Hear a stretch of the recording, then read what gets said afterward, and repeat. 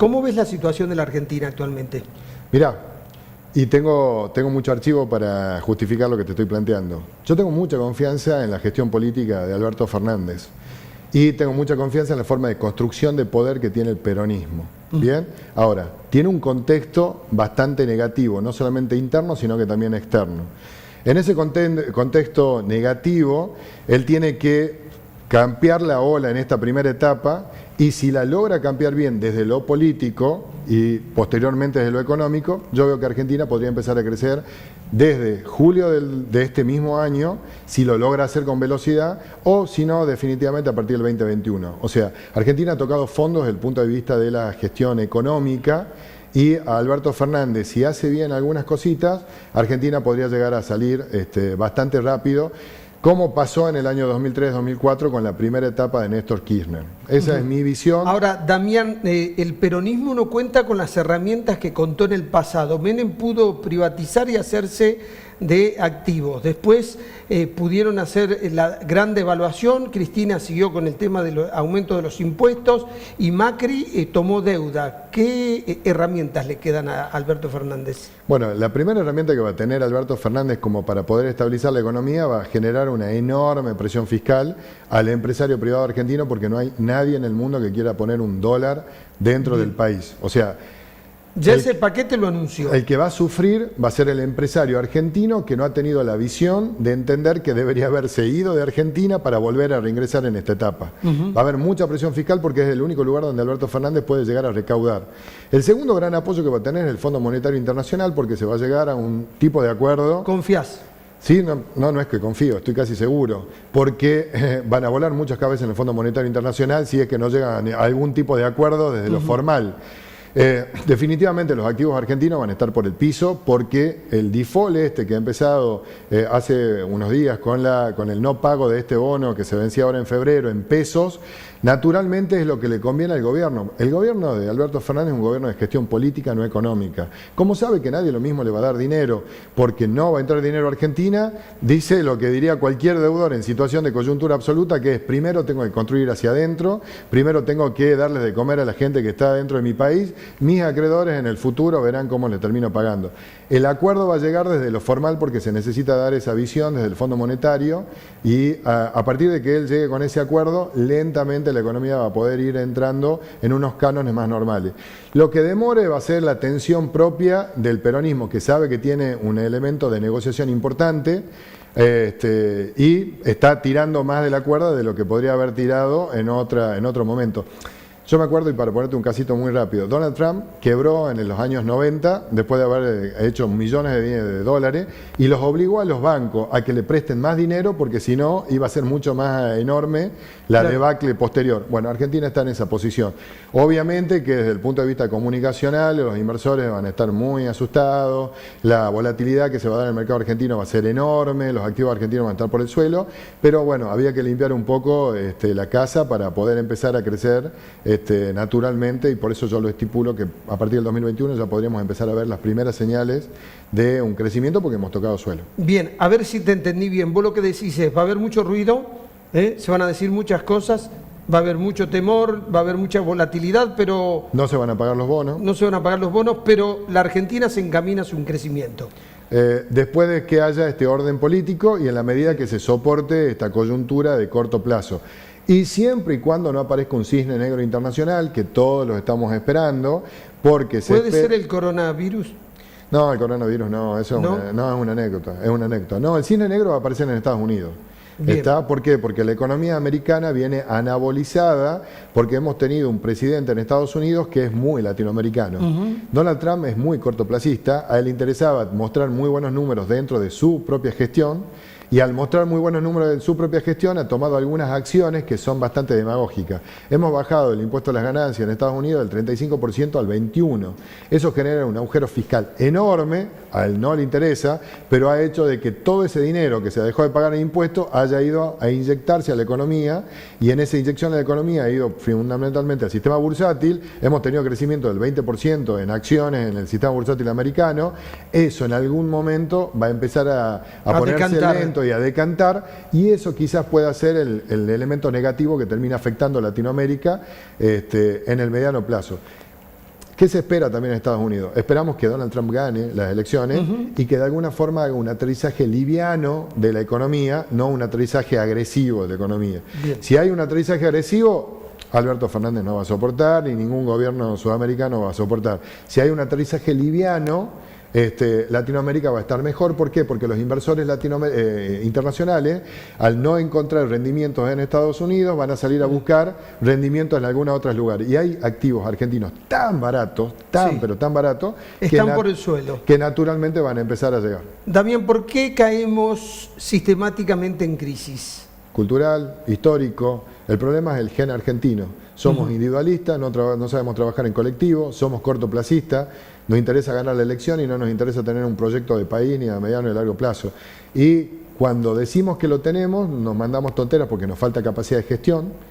Y lo diría, el gobierno de Macri desde lo teórico era fantástico, desde lo práctico no sabían gestionar un país en donde la mitad de la población está en situación de pobreza y no le podés explicar de que estás pagando LEVAC del 68%. Entonces, nos falta proyección cultural. Creo que el problema argentino es netamente cultural, educativo, y al sistema político no le interesa mejorarnos la educación porque de esa forma nos tienen cautivos en el proceso del voto. Hay quienes sostienen que en realidad la Argentina tiene un estado de bienestar muy amplio y una economía muy chica para sostenerlo. O sea, quienes dicen el gasto público es muy grande para lo que somos capaces de producir. Y otros dicen que en realidad tenemos exportaciones por debajo de las que necesitamos para que ingresen los dólares para poder pagar los endeudamientos que permanentemente tiene la Argentina. Te podría mostrar millones de ejemplos donde se dan situaciones similares y no tenemos los procesos de fracaso que tenemos en Argentina. Bien. Yo creo que el gran problema de la Argentina es la visión de corto plazo, porque si tuviéramos un estado de bienestar, se termina acomodando y lo podés ajustar. Yo te voy a ser sincero, Estados Unidos es el país que se supone es el más capitalista del mundo. ¿Está? Sí. Yo tengo algunos de mis hijos viviendo en Estados Unidos, van a escuela pública y la realidad es que al más grande lo están becando para que vaya a la universidad, no he puesto un solo centavo. Si eso no se llama estado de bienestar y socialismo, no lo veo en ningún otro lado y eso que somos inmigrantes. Ahora, ¿qué es lo que pasa? Se elige al mejor, al más capacitado. Y una anécdota muy chiquita. Las escuelas públicas cotizan a ver qué chiquito viene a estudiar en sus escuelas, porque en la medida que el chiquito tenga mejores notas, recibe más dinero de aporte estatal.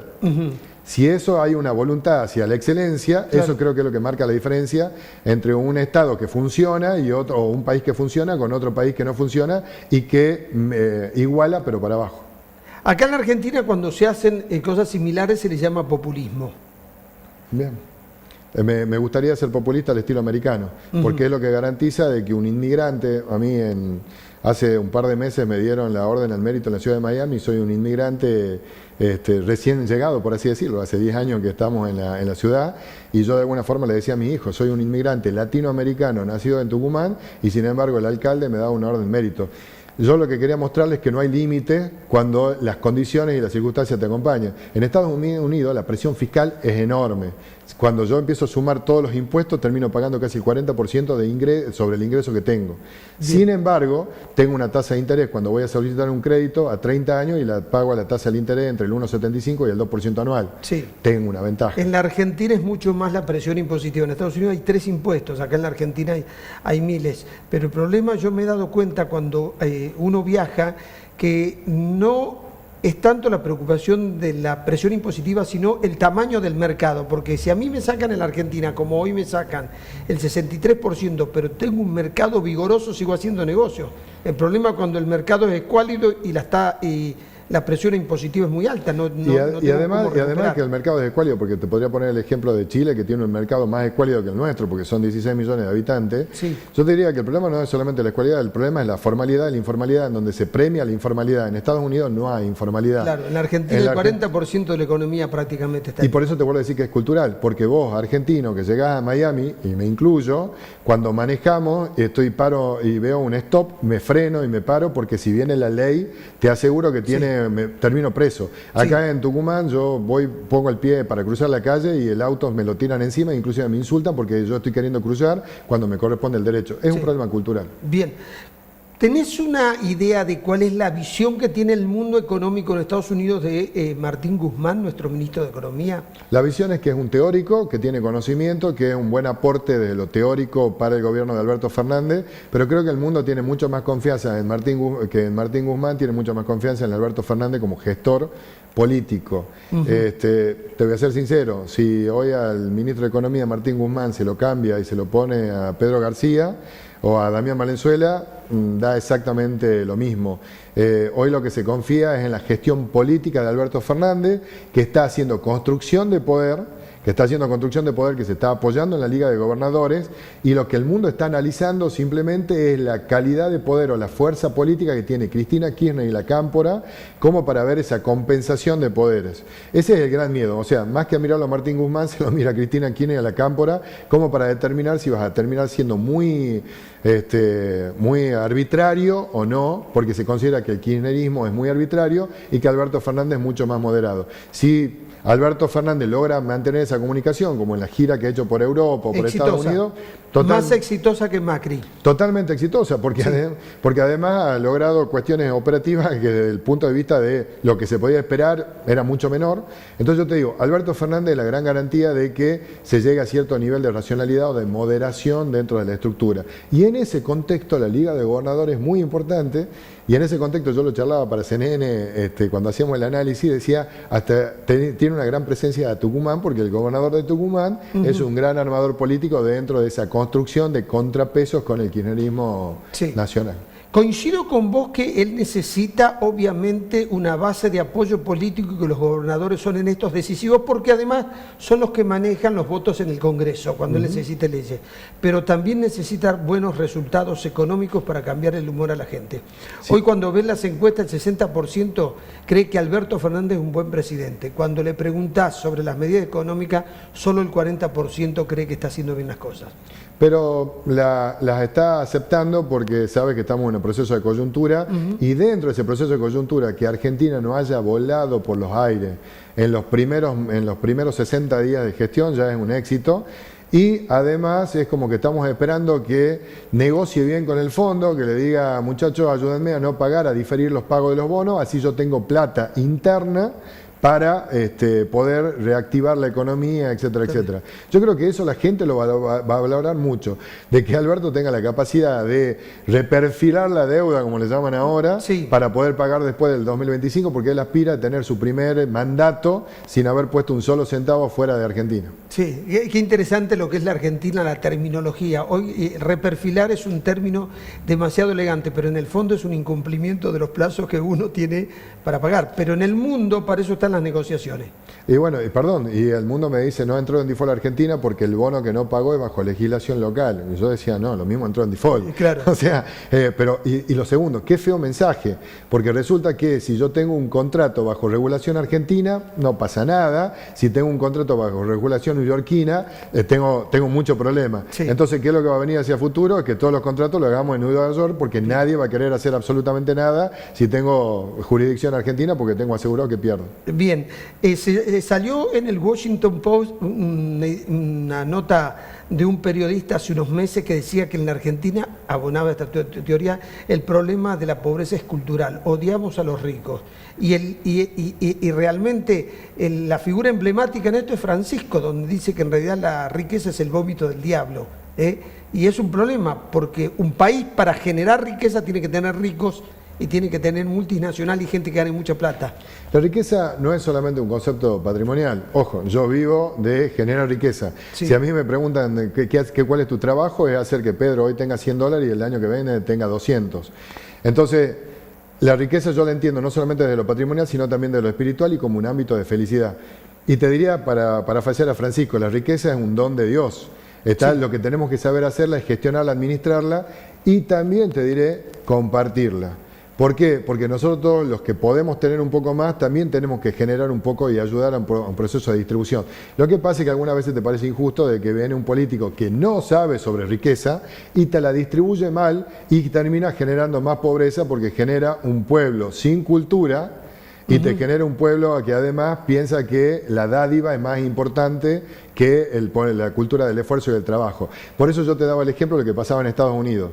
mi hijo va a una escuela pública, no estoy pagando una cuota privada como en un colegio argentino, va a una escuela pública, esa escuela pública lo toma mi hijo porque es muy buen alumno y porque recibe más subsidio porque mi hijo es buen alumno, entonces hay un círculo virtuoso y ahora viene una universidad americana que lo quiere becar para que siga estudiando y se siga quedando en Estados Unidos. O sea, sí, el círculo es virtuoso. porque en todo se mide el mérito. Porque se mide el mérito. Y lo que nos falta a nosotros es que nivelamos hacia abajo. Claro, porque se mide el amiguismo o el contacto. No hay contacto. Ahora, esto que vos decís de la riqueza, yo coincido con vos. Ahora, para ayudar hay que tener plata. Bien, por eso ahí el Estado es el que debe intervenir. Pero si vos al ser humano, vos lo sabés muy bien, no le permitís que sea egoísta y que busque su mayor bienestar, su mayor felicidad, cuando lo hace, consume más y produce más. Lo que tenés que buscar es que no lo haga a costa de otros. En la Argentina el político le dice que el rico tiene la plata que le falta al otro, cuando en realidad esto es mentira. Es una cuestión comunicacional y es lo que vende. Y perdón, te voy a hacer un comentario, Pedro. Pasa en la Argentina y pasa culturalmente en un montón de jurisdicciones más. Porque el ascenso de Podemos, en el caso español, es fruto de ese mismo mensaje de transversalidad. El político ha tenido la gran capacidad de interpretar lo que gran parte de la sociedad quiere escuchar. Sí. Y entonces es fácil estas cuestiones de antinomias que se dan y que terminan destruyendo los procesos. Y yo te diría, se vive lo mismo en Estados Unidos con los demócratas versus los republicanos. Lo que sí creo que es diferente, y que también lo he vivido en mi experiencia peruana, por así decirlo, es que más allá de esta antinomia electoralista, hay un programa de país en donde más o menos se sostienen ciertas variables fundamentales de valores que dicen, no muchachos, realmente tenemos que contribuir, podemos ir un poquito más a la izquierda, un poquito más a la derecha, pero hay ciertas cuestiones fundamentales que no podemos dejar de generar como país para tener una identidad de futuro y con una planificación a 50 años, no con una planificación ahora. Para hacerte un relatito chiquitito, todo el mundo habla de revolución industrial, Argentina tiene que industrializarse y demás. Y yo participo en el foro de Davos, y lo que te diría es, estamos llegando muy tarde. Sí. O sea, hoy ya no se habla de revolución industrial, no se habla de industrialización, se habla de revolución del conocimiento. Sí. Hoy un chico de 16 años... La cuarta revolución. Hoy un chico de 16 años, o las empresas de software o de informática o de conocimiento, valen 10 veces más que una compañía automotriz. Siempre llegamos tarde al concepto económico. Argentina es un país que tiene 45 millones de habitantes, que tiene mucho territorio, que podemos tener algunas ventajas competitivas desde el punto de vista de recursos naturales y demás. Pero nosotros deberíamos prepararnos para pensar que somos un país de poca población, en donde deberíamos estar vendiendo servicios, exportando servicios, podríamos exportar hacia distintos lugares del mundo y tener en eso una industria de lo que se llama economía naranja, mucho más importante que la industria de la economía verde. Sin embargo, podríamos apoyarnos en lo que hoy tenemos para financiar estos procesos. A mí me pareció una muy mala idea esto de volver a poner impuestos a la industria del software, sí, porque la realidad es que esa es una industria que bien llevada nos coloca en una competitividad tremenda